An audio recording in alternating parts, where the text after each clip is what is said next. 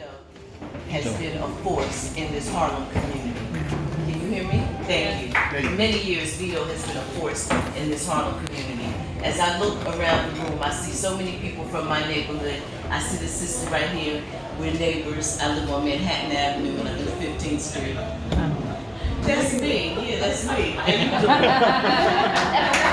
What about you, Jerry?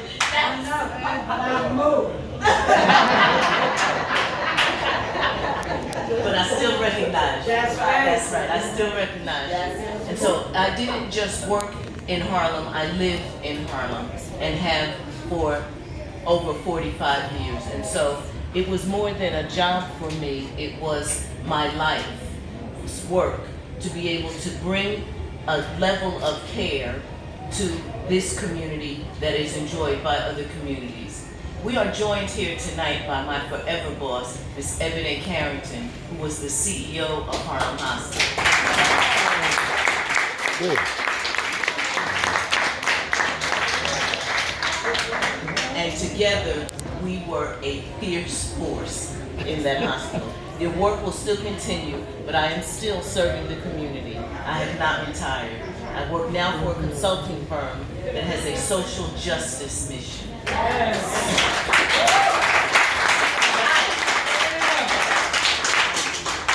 And what we do is bring resources to community-based organizations, museums, arts organizations that are working in communities of color.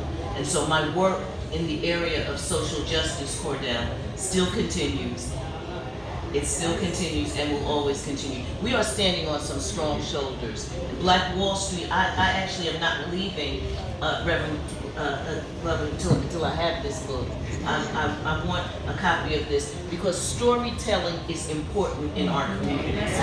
All of us have grandmothers who would tell us the same story over and over again. And you said to them, say, I don't want to hear that story again, but what you didn't realize is that she grew up in a space where you couldn't read or write. And so the only way to tell the story of your family was to keep saying it. And you had to keep saying it over and over and over. And now I know the history. I can trace my family back to slavery.